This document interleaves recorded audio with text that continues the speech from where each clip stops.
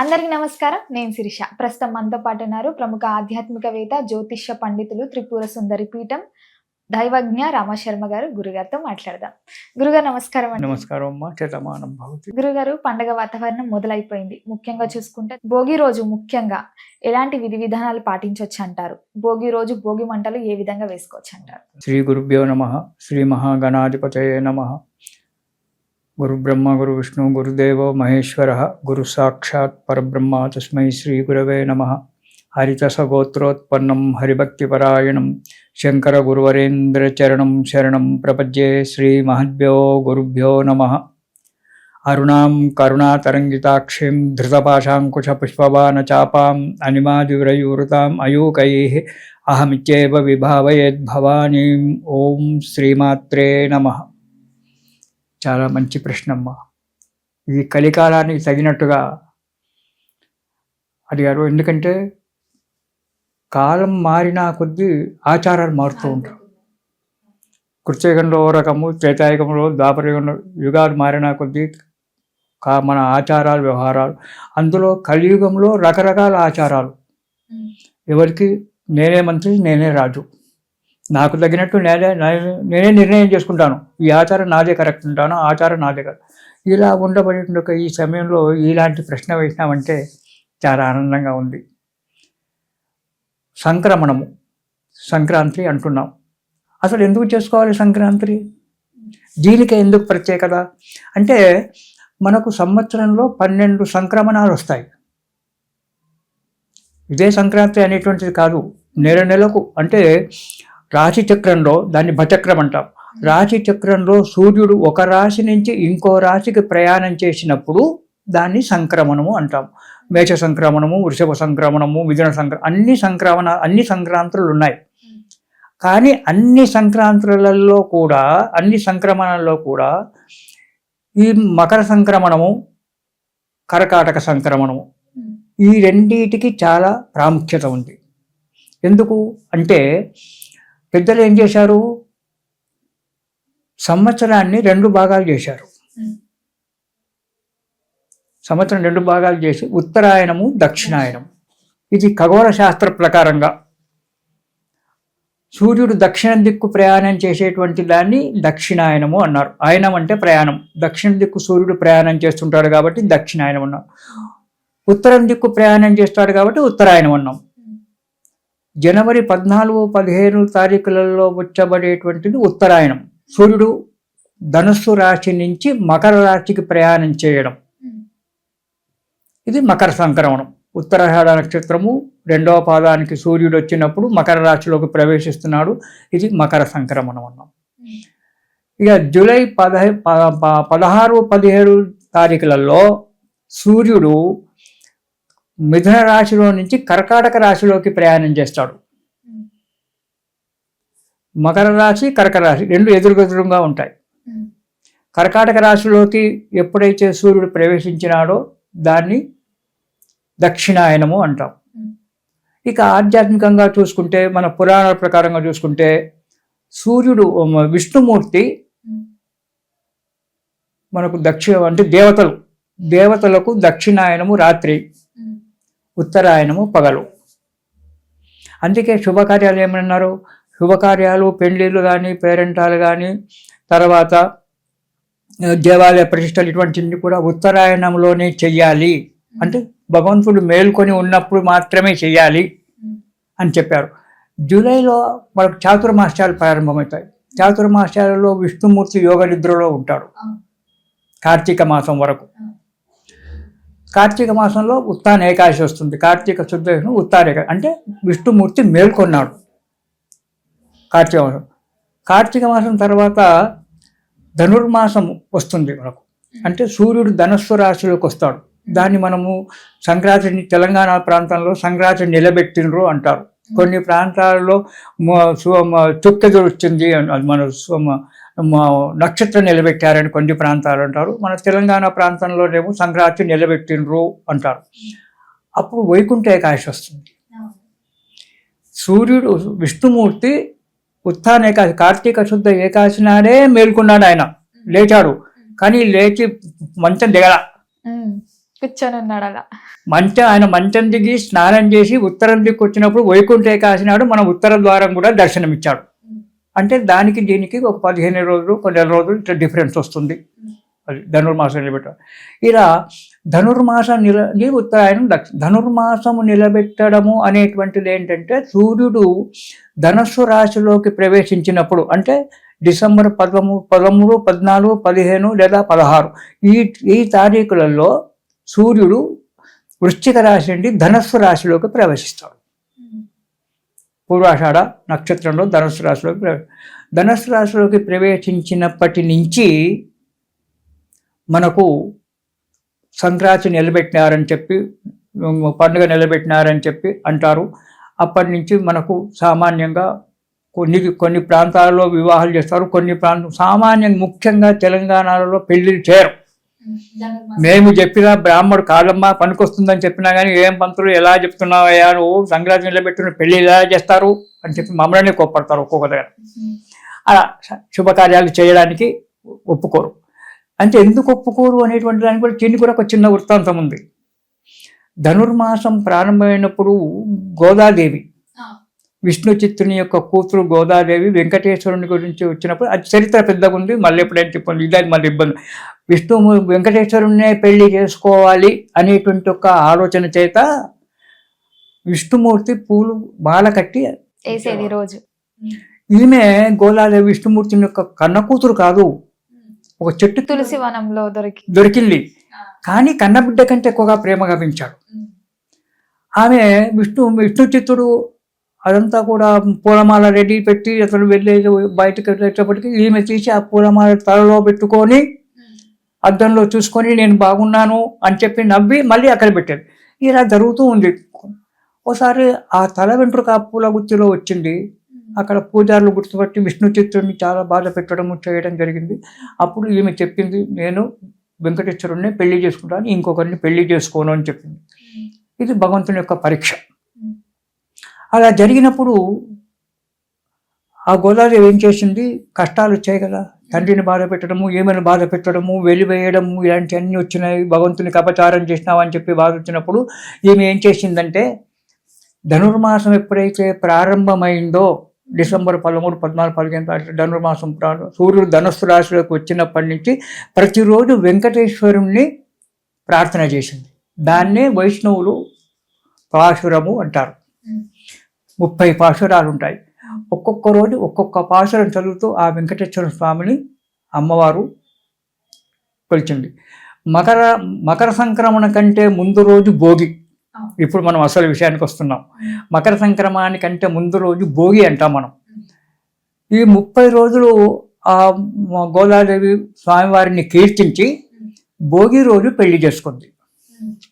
అయితే అందు గురించి ఏంటంటే, వెంకటేశ్వర స్వామి యొక్క కళ్యాణం గాంధీ మనం ఎందుకు కళ్యాణాలు చేసుకోవాలి అని చెప్పి కొన్ని ప్రాంతాలలో ఇది అమ్మవారు పాశురాలు పాడుతూ అమ్మవారిని కీర్తిస్తుంది. మనం కూడా పాశురాలు పాడుతూ విష్ణుమూర్తిని మనం కూడా కొలుచుకుందాం, మంచి సంబంధం దొరుకుతుంది అని చెప్పి ఇలా ఈ నెల రోజులు కొన్ని ప్రాంతాలలో వివాహాలు చేయరు.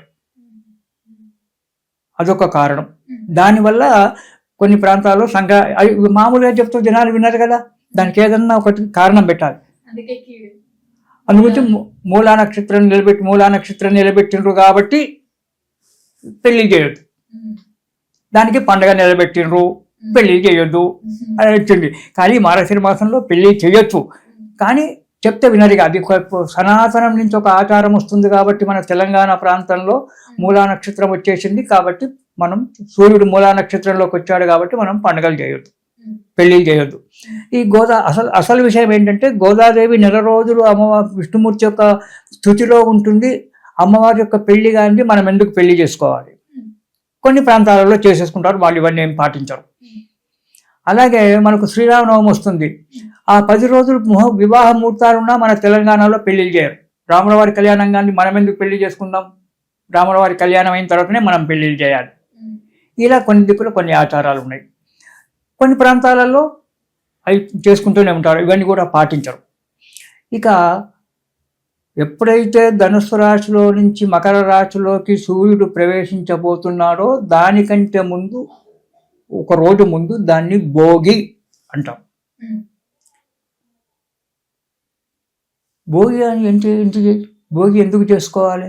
పండుగ చేసుకుంటే కాదా అంటే భోగిలో చాలా విశేషం ఉంది. ఈ 6 నెలలు దక్షిణాయనం ప్రవేశం చేసినప్పటి నుంచి 6 నెలలలో మనం చేసినటువంటి ఒక పుణ్యపాప కర్మాలు ఎన్నో ఉంటాయి. మనం కలియుగం పొద్దున్నేస్తే ఎన్నో చేస్తుంటాం, అలాంటివి ఉంటాయి. ఈ భోగి రోజు ఉదయమే చలిమంటలు వేసుకోవడం అంటుంది. చలిమంటలు ఎందుకు వేయాలి అంటే మనకు ఎన్నో దానాలు ఉన్నాయి. గోదానమని, భూదానమని, హిరణ్య దానమని, అదని ఇదని దాన్ని దానాలు చేస్తున్నాం. ఒక పండితుడే ఒక దాంట్లో ఏం చెప్తారంటే అగ్ని దానం చెయ్యి అన్నాడు. కట్టెలు దానం చేయి, అగ్ని దానం చేయి. కట్టెలు అగ్ని దానం చేయడం అంటే ఎవరైనా తీసుకుంటారా? ఇనుము దానం ఇస్తే తీసుకుంటారా? కట్టెలు దానం ఇస్తే తీసుకుంటారా? అయ్యా నువ్వు కట్టెలు ఇస్తున్నావు కానీ ఇంకో 2 రూపాయలు తీసుకొని నా కట్టెలి అంటాడు. కానీ ఒట్టిగా మాత్రం తీసుకో.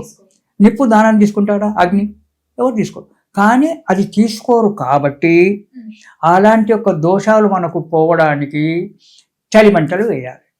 భోగి మంటలు. భోగి మంటలు వేయడంలో ఎప్పుడు వేయాలి? ఉదయం 4ంటికి.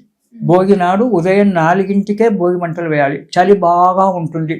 జనవరి నెల విపరీతమైన చలి ఉంటుంది. అందరము హీటర్లు పెట్టుకోలేము. అందరము వెనుక పూర్వకాలంలో అక్కడ ఇది పెట్టేవారు, వాకిట్లలో నిప్పు పెట్టేవారు, కట్టెలు పెట్టి అక్కడికి వెళ్ళి కాపుకుంటూ కూర్చునేవాళ్ళం. బీదవాళ్ళు వచ్చి కూర్చునేవాళ్ళు. ఇలా జరిగేది. అయితే ఈ చలిమంటలు వేయడంలో ఒక విశేషం.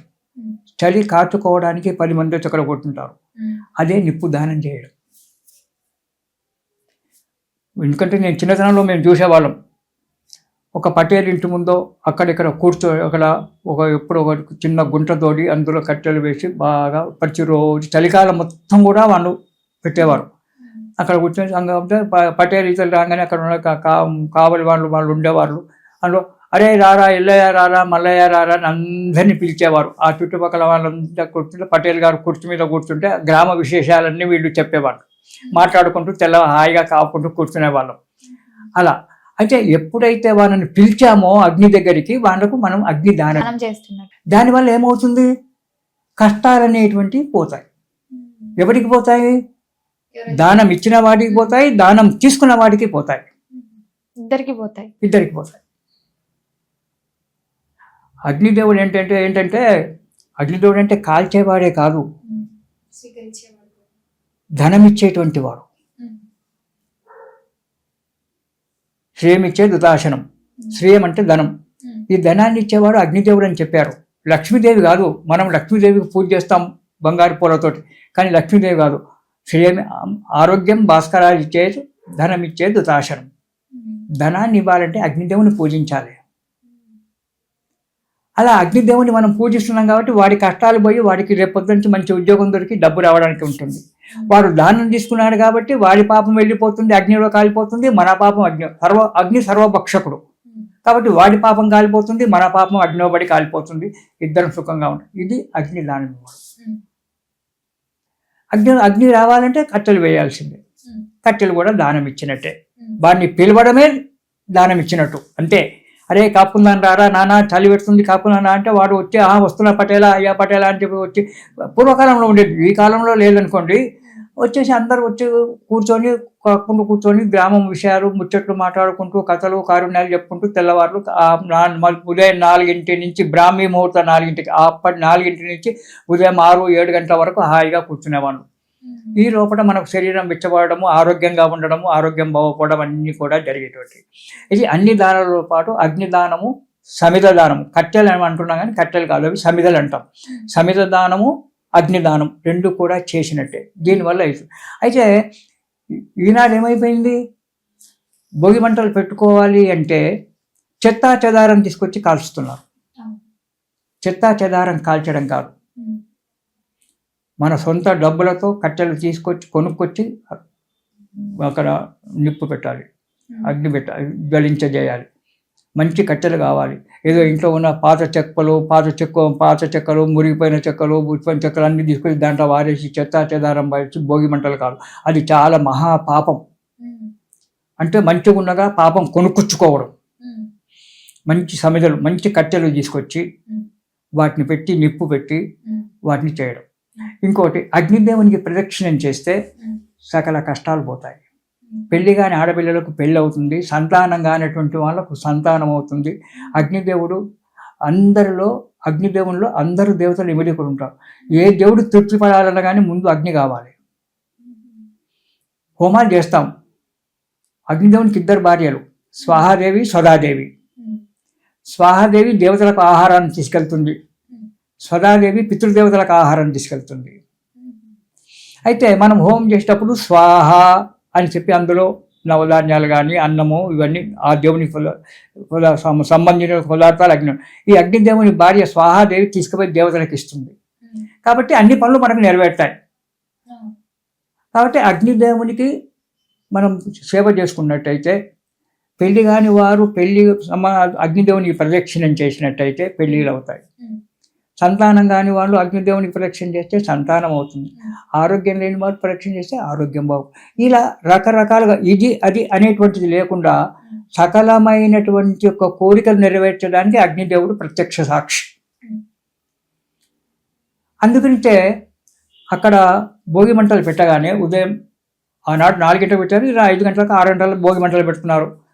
చెత్తా చెదారం కాకుండా ఒక వేదిక నిర్ణయం చేయాలి. అంటే రౌండ్గా ఇటుకలతో కట్టి ఒక వేదిక నిర్ణయం చేసి ఆ వేదిక మీద మన సొంత సమిధలతో కొత్తగా మనం కొనుక్కొచ్చినటువంటి ఒక కట్టెలతో మాత్రమే అగ్ని రగిలించాలి, చెత్తా చెదారం వేసి కాదు. అయితే ఆ సమిధ చుట్టూ వేదిక ఏదైతే ఉందో ఆ వేదిక చుట్టూ ఈ కన్య పిల్లలు సంతానం కాని వాళ్ళు ఆరోగ్యం లేని వాళ్ళు దాని చుట్టూ ప్రదక్షిణం చేస్తారు కాదు చేయాలి. కొన్ని ప్రాంతాలలో చేస్తున్నారు. అలా ప్రదక్షిణం చేసినప్పుడు అగ్నిదేవుని యొక్క వేడి మనకు తాకుతుంది. మన శరీరంలో ఉండబడేటువంటి ఒక నెగిటివ్ అంతా వెళ్ళిపోతుంది. అయితే ఒట్టిగా ప్రదక్షిణం చేయడం మంచిది కాదు కదా. ఒట్టిగా ప్రదక్షిణ చేయడం ఏంలా, ఒట్టిగా ప్రదక్షిణ చేస్తే అందు గురించి భగవంతునికి సంబంధించినటువంటి ఒక పాటలు పాడుకుంటూ ప్రదక్షిణాలు చేయడం. అలా చేయడం వల్ల అగ్నిదేవుడు తృప్తిపడి మనకు మంచి ఫలితాన్ని ఇస్తాడు. అగ్ని యొక్క జ్వాల ఎప్పుడైతే మన శరీరం మీద పడుతుందో అప్పుడు మనలో ఉండబడేటువంటి కల్మషం అంతా వెళ్ళిపోతుంది. ఈ పాటలు పాడడం వల్ల అగ్నిదేవుడు తృప్తి పడడం. ఇలా చేసినప్పుడు దాన్ని గొబ్బెమ్మలాట అంటారు. అగ్నిదేవుని అక్కడే కొన్ని ప్రాంతాల్లో గొబ్బెమ్మలు పెడతారు. ఆవు పెండతో చేసి గొబ్బెమ్మలు పెడతారు. మన దగ్గర సామాన్యంగా దసరా ప్రాంతంలో మనం పెడుతుంటాము. కొన్ని దిక్కులు ఆంధ్ర ప్రాంతంలో ఇప్పుడు గొబ్బెమ్మలు పెడతారు. గొబ్బెమ్మలు పెట్టి వాటికి చుట్టూ మంచి ఆడపిల్లలు మంచి స్నానాలు చేసి, అది కూడా ఏదో పాచిమొకాలతో నోట్లో బ్రష్ పెట్టుకొని వచ్చి తిరగడం కాదండి అమ్మాయి. మంచిగా స్నానం చేసి తలారా స్నానం చేసి ఉంటే కొత్త బట్టలు కట్టుకొని మంచిగా శుభ్రంగా మంచిగా చేసుకొని వచ్చి ఆ గొబ్బెమ్మలు పెట్టి ఆ అగ్నిదేవుని చుట్టూ ప్రదక్షిణాలు చేయడం. ఇలా చేసినప్పుడు ఎన్నో దోషాలు మన నుంచి వెళ్ళిపోతాయి. ఇప్పుడు కుజదోషం అంటాం, సర్పదోషం అంటాం, ఇతరత్ర దోషాలు అంటాం. ఈ దోషాలన్నీ వెళ్ళిపోవడము, మనకు ఆరోగ్యం స్వస్థపడము, అనుకున్నటువంటి ఒక కార్యక్రమాలు జరగడం అనేటువంటిది జరుగుతూ ఉంటుంది. నువ్వు ఒట్టిగా అమ్మ నీకు సంతానం లేదు, గర్భానికి ఏదో దోషం ఉంది, సంతానం కావాలంటే ఈ గర్భానికి వేడి పెట్టాలంటే వేడి పెట్టుకుంటావా? వేడి పెట్టుకోవు. ఏదో కరెంటు తీసుకొచ్చి ఇలా పెట్టుకుంటావు, అది వేడి కాదు. ఇదే సంతానాన్ని మటుకు గర్భస్థ దోషం ఉన్నటువంటి వాళ్ళు అగ్నిదేవుని ప్రయోగం చేస్తే ఆ వేడి శరీరం అంతా తాకుతుంది. ఒక కడుపుకే తాకదు, శరీరం అంతా తాకుతుంది. శరీరం అంతా కూడా ఎప్పుడైతే ఆ వేడి తాకిందో నరాల నుంచి ఆ వేడి పోయి గర్భాన్ని ఆ దోషాన్ని నివారణ చేస్తుంది. అందు గురించి గొబ్బెమ్మలాట, అగ్నిదేవుని చుట్టూ ప్రదక్షిణం చేయడం అనేటువంటిది మన పూర్వులు కల్పించినటువంటిది. అందులో చెత్త చెదారము వేసి కొందరు పాద చెప్పులు చూస్తుంటాం వీడియోలలో, పాద చెప్పులు కూడా తీసుకొచ్చి అందులో వారేస్తారు. ఎంత మహాపాపం అది. ఉన్న దోషం ఉండగా కొత్త దోషాలు మనం కొని తెచ్చుకోవడం. మంచి సమిధలతో మంచి కట్టెలు తీసుకొచ్చి వేసి, అవి మన సొంత డబ్బులతో తీసుకొచ్చి వేసి 10 మందిని పిలిచి అక్కడ చలి కాచుకోవడము, గొబ్బెమ్మలాట పెట్టేయడము, గొబ్బెమ్మలు చేసి ఈ అగ్నిదేవుని చుట్టూ ప్రదక్షిణాలు చేయడము. ఇది ఉదయం పూట భోగి మంటల యొక్క లక్షణం. అంతేగాని చెత్త చెదారాలు వేసి ఏదో చేసి అక్కడ కూర్చోవడము, బీడి దాక్కుంటూ సిగరెట్ దాక్కుంటూ తుపుక్కున అగ్నిదేవులోనే ఉమ్మేయడము, ఇలాంటివి జరగకూడదు. అగ్ని పవిత్రమైనది. అగ్ని స్థుతిర్విప్రస్థుతి కవి అంటాడు వేదంలో. అగ్ని పవిత్రమైనటువంటిది. ఎక్కడ ఉన్న అగ్ని పవిత్రమే. కాబట్టి ఆ పవిత్రమైనటువంటి ఒక భగవంతుని మనం పవిత్రంగా కాపాడుకోవాలి. అప్పుడు మన కష్టాలు. ఇది భోగి మంటల యొక్క విశేషం. ఉదయం గురుగారు ముఖ్యంగా భోగి పండుగ రోజు భోగి పళ్ళు పోస్తుంటారు కదా చిన్నపిల్లలకి. ఇది అప్పటి నుంచి వస్తున్న ఆచారమేనా? మీరు చిన్న ఉన్నప్పటి నుంచి వస్తున్న ఆచారమా? లేకపోతే ఈ మధ్య లేదమ్మా, ఇది సనాతనం నుంచి. ఇప్పుడు నాకు 80 సంవత్సరాల వయసు.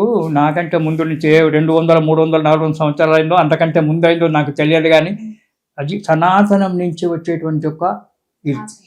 అయితే దీనికి కూడా చిన్న చరిత్ర ఉంది. ఉదయం మనం పండుగ చేసుకున్నాం, సంక్రాంతి చేసుకున్నాం, గొబ్బెమ్మలు వాకిట్లో పెట్టుకున్నాం, కడపలు కడుక్కున్నాం, ఇల్లు శుభ్రం చేసుకున్నాం, మామిడి తోరణాలు పెట్టుకున్నాం, గొబ్బెమ్మలు ఆడుకున్నాం, భోగి మంటలు అయిపోయినాయి. తర్వాత ఇంట్లో మంచిగా పిండి వంటలు అవన్నీ కూడా చేసుకున్నాం, బంధువులను పిలుచుకున్నాం. మన తెలంగాణలో ఇక్కడ తెలంగాణ ప్రాంతంలో పిలిస్తే పిలుస్తాను, లేకుంటే లేదు, అది పక్కకు వదిలిపెట్టు. ఆంధ్ర ప్రాంతంలో అక్కడైతేనేమో అల్లులను, కూతుళ్లను, అల్లులను, మనకు తెలంగాణ ప్రాంతంలో దసరాకు, దీపావళికి ఎలా తెచ్చుకుంటామో అలా అందరిని తెచ్చుకోవడం పెద్దగా పండుగ చేస్తుంటారు ఆంధ్ర ప్రాంతంలో. అక్కడ అది పెద్ద పండుగ. మన దగ్గర దీపావళికి అల్లులను, కూరలను తెచ్చుకొని వాళ్ళకు బట్టలు పెట్టడము, చేయడం అనేటువంటి మన ప్రాంతంలో ఈ ప్రాంతంలో చేస్తున్నాం. అయితే అందరిని పిలుచుకొని పిండి వంటలు చేసుకొని భోజనం చేయడం అంతా జరుగుతుంది, సంతోషంగా ఉంటాం. అయితే చంటి 6 సంవత్సరాల వయసు లోపటి పిల్లలకు, 6 సంవత్సరాల లోపు వయసు పిల్లలకు గొబ్బెమ్మలు, భోగిపళ్ళు పోస్తాం ఆ రోజు. భోగిపళ్ళు అంటే ఏంటి? రేగుపళ్ళు, చెరుకు ముక్కలు, నువ్వులు, రాగి నాణాలు, రాగి నాణాలే కావాలి, రాగి నాణాలు, అందులో కొన్ని బియ్యం కలుపుతారు కొందరు. ఇవన్నీ కలిపి ఆ చిన్నపిల్లలను కూర్చుండబెట్టి తలమించి అవి పోయడం, ముత్తైదలు తలమించి పోస్తారు. ఎందుకు పోయాలి అంటే బాలారిష్ట దోషాలన్నీ ప్రతి వ్యక్తికి ఉంటాయి. పుట్టిన ప్రతి వ్యక్తికి కూడా 12 సంవత్సరాల వరకు బాలారిష్ట దోషాలు ఉంటాయి. అందులో 6 సంవత్సరాల వరకు, 12లో సగం 6 సంవత్సరాల వరకు ఎక్కువగా బాలారిష్ట యోగాలు ఉంటాయి. అందుకే మీరు చూడండి, చిన్నపిల్లలను పడుకోబెడితే అప్పుడే ఏడుస్తుంటారు, నిద్రలోనే ఏడుస్తుంటారు, అప్పుడే నవ్వుతారు, అప్పుడే ఏదో చేసినట్టుగా మంచి సంతోషంగా ఉంటారు, కాళ్ళు నిద్రలోనే ఉంటారు, మళ్ళీ నిద్రపోతూనే ఉంటారు. ఇవన్నీ కార్యక్రమాలు అంటే వాళ్ళకు గత జన్మ యొక్క సంస్కారం అంతా జ్ఞాపకం వస్తుంది. వ్యాసమహాముని ఏం చెప్తాడంటే, సృష్టి క్రమంలో గత జన్మలో చేసినటువంటివి అన్నీ కూడా జ్ఞాపకం వస్తాయి. గత జన్మలో నేను తల్లి కడుపులో 8-9 నెలల నుండి బాగా నరకయాత్ర పడి పుట్టాను. గత జన్మ పుట్టిన తర్వాత నేను ఇవంతా ఏడ్చాను, ఇన్ని పాపాలు చేశాను, ఇన్ని నరకాలు చేశాను. అయినా నాకు మళ్ళీ తల్లి కడుపులో 9 నెలలు ఆ మురికి కొంపలు అలాగే ఉన్నాను, మలమూత్రాలు తినుకుంటూ 9 నెలలు మళ్ళీ కష్టపడ్డాను, మళ్ళీ ఇప్పుడు పుట్టాను, ఏంటి నా జీవితం అని చెప్పి నవ్వుతాడట. ఆ యముడు అక్కడ బాధ పెట్టాలే, గత జన్మలో చనిపోయిన తర్వాత యముడు బాధ పెట్టి, ఆ బాధలన్నీ వచ్చినప్పుడు ఈ శిశువు ఏడుస్తాడట. అవన్నీ జ్ఞాపకం వస్తాయి, పునరావృతం అవుతూ ఉంటాయి ఆ చిన్నతనంలో. అవన్నీ చూసి ఏడుస్తాడట. మనమేమో పాప ఏడ్చాడు, పుట్టకపోతే, పుట్టిన తర్వాత బాబు ఏడవకపోతే కొట్టి ఏడిపిస్తారు. ఆ కడుపులో నుంచి అప్పుడే చేసిన శిశువు ఏడవకపోతే డాక్టర్లు ఈపులో కొట్టి, నెత్తి మీద కొట్టి ఏడిపిస్తారు. ఎందుకు? వాక్కు సరిగా ఉందా లేదా అని. అది సైన్స్, అది కరెక్టే. పూర్వకాలంలో కూడా మంత్రస్థానంలో వచ్చి డెలివరీ చేసేటప్పుడు కూడా కొట్టి ఏడిపించేవారు, లేదా చల్లటి నీళ్లు చల్లేవారు శిశువును ఏడిపించడానికి. ఇవి జరుగుతాయి. అయితే ఇలాంటి దోషాలన్నీ కూడా పోవడానికే భోగిపళ్ళు. గురుగారు, భోగిపళ్ళు అంటే ఇప్పుడు రేగాయలు, చెరుకు ముక్కలు, ఇవే ఎందుకు? వేరే పళ్ళు కూడా ఉన్నాయి. రేగుకాయలలో బదరీ ఫలం అంటారు దాన్ని.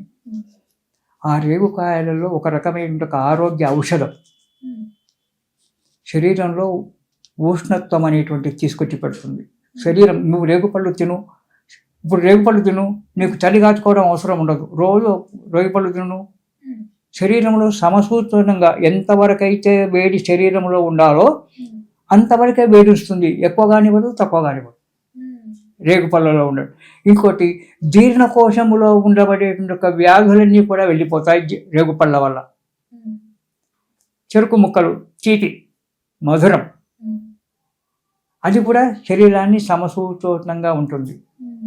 రాగి అంగారకుడు, అంగారక గ్రహం రాగి. ఈ రాగి వల్ల శరీరంలో ఉండే చర్మానికి సంబంధించినటువంటి వ్యాధులన్నీ పోవడం. ఇది ఇలా ప్రతి వస్తువులో కూడా మనకున్నటువంటి ఒక ప్రతి వృక్షము కూడా, చెట్టు కూడా ఒక ఓషధి. ప్రతి చెట్టు కూడా అదొక రకమైన ఒక ఫలితాన్ని మనకి ఇస్తుంటుంది. మనం అవి వాడుకోవడం లేదు, ఈనాడు దొరకడం లేదు, వాడుకోవడం లేదు. కానీ అవన్నీ అయితే ఇవన్నీ కలిపి వాళ్ళని తినమంటే తినలేరు కదా పిల్లలు. వాడికి తినడానికంటే లేదు, తినకూడదు, అవి తినకూడదు. దీంతో పాటు నరదృష్టి ఇవన్నీ పిల్లలకు ఉంటాయి. కాబట్టి ఈ రేగుపళ్ళు, చెరుకు ముక్కలు, శనగలు, పొట్టుతో ఉన్న శనగలు, శనగలు ఎవరికి? ఆ శనగలు, బియ్యము, రాగి ఇవన్నీ కలిపి 5 పదార్థాలు కలిపి ఆ బాబుకు కూర్చుండబెట్టి తల మించి పోస్తారు. ఈ తల మించి పోయడం వల్ల శరీరంలో ఒక రకమైన ఒక ఉష్ణోగ్రత ఏర్పడి దానివల్ల ఈ బాలారిష్ట దోషాలనేటువంటి అవి వెళ్ళిపోవడము, బాబు మంచిగా ఉత్సాహంగా ఉండడము, ఇవన్నీ కూడా జరుగుతాయని చెప్పి మనం సాయంకాలం పిల్లలకు భోగిపళ్ళు పోయడము, భోగినాడు కొత్త బట్టలు వేయడము, సంతోషంగా ఆరోగ్యంగా ఉండడము ఇచ్చేసుకుంటాం. ఈ భోగినాడు గోదాదేవి విష్ణుమూర్తిని పెళ్లి చేసుకుంది, అంటే వెంకటేశ్వరుడు. అందు గురించి ఆ రోజు గోదాదేవి యొక్క విష్ణుమూర్తి యొక్క నామస్మరణ చేసుకుంటూ గోదాదేవి కళ్యాణం దగ్గరలో ఉన్న దేవాలయంలో జరుగుతుంటే వెళ్ళి ఆ గోదాదేవి వాళ్ళ యొక్క కళ్యాణాన్ని తిలకించడం, వాళ్ళ ఆశీర్వాదాలు పొందడం అనేటువంటిది ఇది మనకు భోగి పండుగ చెప్తున్నటువంటి ఒక కొన్ని విషయాలు. కాబట్టి ఈ భోగి పండుగ ఇలా చేసుకున్నట్టయితే అది భోగి. ఆ రోజు తలస్నానం. ఎలా తలస్నానం చేయాలి? మనం భోగినాడు ఏదో షాంపూ పెట్టుకొని తలస్నానం చేయడం కాదు. నల్ల నువ్వులు దంచి పొడి చేసి ఆ నల్ల నువ్వులు ఒంటికంతా రుద్దుకోవాలి నీళ్ళలో తడిపి. ఆ పొడిని తడిగి గోరువెచ్చటి నీళ్లతో స్నానం చేయాలి. చన్నీళ్ళతో చేయకూడదు. సముద్రం కానీ నది కానీ ఉంటే అక్కడ చేయొచ్చు, కానీ మన ఇంట్లో ట్యాంకులో నుంచి వచ్చేటువంటి చల్లని నీళ్లు చేయకూడదు. సముద్రంలో నీళ్లు కొంచెం సముద్రంలో నదిలో కొంచెం వేడివేడిగానే గోరెచ్చగానే ఉంటాయి నీళ్లు. కాబట్టి మనం సముద్రాలకు నదీ స్నానము, సముద్ర స్నానము ముఖ్యమైనటువంటిది. మనం అక్కడికి వెళ్ళి పండుగ పూట మనం అక్కడికి వెళ్ళలేము, ఇంట్లోనే ఉంటాం. కాబట్టి గోరువెచ్చటి నీళ్లతో నువ్వు పిండి అంటారు, నువ్వు పిండి శరీరం అంతా పెట్టుకొని దాన్ని కొద్దిగా నూనె వేసుకొని తలకు నూనె రాసుకొని వాళ్ళు మంగళహారతులు అవన్నీ ఇస్తుంటారు. ఇంట్లో పెద్ద మనుషులు ఏవో చేస్తుంటారు, అభ్యంగనం అంటారు దీన్ని. ఆ అభ్యంగన స్నానం చెయ్యాలి. ఆ రోజు నల్ల నువ్వులు తప్పకుండా వాడాలి. ఆ తర్వాత భోగినాడు మినపగారెలు తప్పకుండా తినాలి. ఎందుకు తినాలి గురుగారు? మినపగారెలు తింటేనే ఉంది సుఖం. ఆ మినపగారెలు తినడం వల్ల మన శరీరంలో ఉండబడేటువంటి ఒక కొన్ని దోషాలు ఆటోమేటిక్గా వెళ్ళిపోతాయి. ఆ రోజు తినడం వల్ల రోజంటే తింటాము, ఏ హోటల్గా పోతాము, 2 మిరపగారెలు ఏమంటాము. అది ఆ కల్తీ లేని మిరపగారెలు మన ఇంట్లో చేసుకునే ఒక మినపగారెలు, అందులో మిరియాలు వేసి చేయాలి. ఈ వీటిలో మిరియాలు వేయరు. మిరపపిండి రుబ్బి అందులో మిరియాలు, అల్లం ముక్కలు వేసి వడలు చేస్తారు. ఆ వడలు భోగి పండుగ నాడు తప్పకుండా తినాలి. అలా తిన్నప్పుడు శరీరంలో ఉన్నటువంటి ఒక రక్త ప్రసరణ కరెక్ట్గా అవుతుంది. కొన్ని చర్మ సంబంధమైన రోగాలు కావచ్చు, హార్ట్ సంబంధమైన రోగాలు కావచ్చు, అజీర్ణవ్య సంబంధమైన రోగాలు కావచ్చు, ఇవన్నీ కూడా మనకు తగ్గడానికి ఆస్కారం ఉంది. వచ్చి హోటల్లో దొరికేటువంటి రోడ్డు మీద దొరికే వడలలో నీకు మిరియాలు ఉండవు, అల్లం ఉండదు, ఏది ఉండదు, మామూలుగా చేస్తారు. అందులో కూడా పిండి కల్తీ పదార్థం ఉంది. మన ఇంట్లో మినపప్పు రుబ్బుకొని అందులో అల్లం ముక్కలు, మిరియాలు వేసి వడలు చేసుకొని అవి తిన్నట్టయితే ముఖ్యంగా భోగి పండుగ నాడు రోజు తింటే చాలా మంచిది. కానీ ఎక్కువగా తింటే బుద్ధి మందగిస్తుంది. అది కూడా చూడు తల్లి, ఎక్కువగా గారెలు తింటే బుద్ధి మందగిస్తుంది. ఎక్కువగా తినద్దు. రోజు ఒక 2 ఉదయం టిఫిన్ ఈ అల్లం ముక్కలు ఇవన్నీ వేసి చేసినటువంటి ఒక 2 వడలు కనుక తిన్నట్టయితే మానసిక శుద్ధి, జ్ఞాపకశక్తి పెరగడము. ఎక్కువగా తింటే జ్ఞాపకశక్తి తగ్గుతుంది. కాబట్టి 2 అంటే 2 తినడము, దీనివల్ల ఆరోగ్యము ఇవన్నీ. మనం శరీరంకి నువ్వు పిండి పెట్టుకొని స్నానం చేయడం వల్ల ఒకటి శనిదోషం విరగడ కావడం, రెండవది ఆరోగ్య శాస్త్ర కనుక తీసుకున్నట్టయితే మనకు కొందరికి డ్రై స్కిన్ ఉంటుంది.